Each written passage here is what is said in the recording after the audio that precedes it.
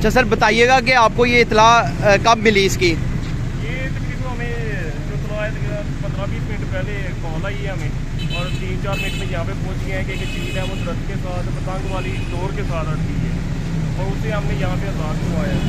सही है। तो ये क्या हुआ, क्या था चील को?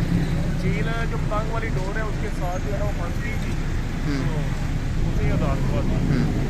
देखा, बड़ी बहादुरी से जो है वो आपने ऊपर गए हैं, और मतलब चील जो है वो आगे से काट भी रही थी पहले तो। वो ऊपर सारी मद्देनजर रख के फिर हर एक अपनी सेफ्टी भी करके फिर चील की भी करके फिर दोबारा ना फंस के तो ज़्यादा फंस ना जाए, इस वजह से फिर उसे भी केयर के साथ उतारते हैं, और सब कुछ साथ होता है, ग्लव्स वगैरह पहने होते हैं, वो इस चीज़ का कोई खतरा नहीं होता। अभी चील उड़ गई है? अभी उड़ गई है, और ये जिन्होंने कॉल की है वो यही है साथ। सही, मज़ीद इनसे पूछ लें। ठीक, थैंक यू।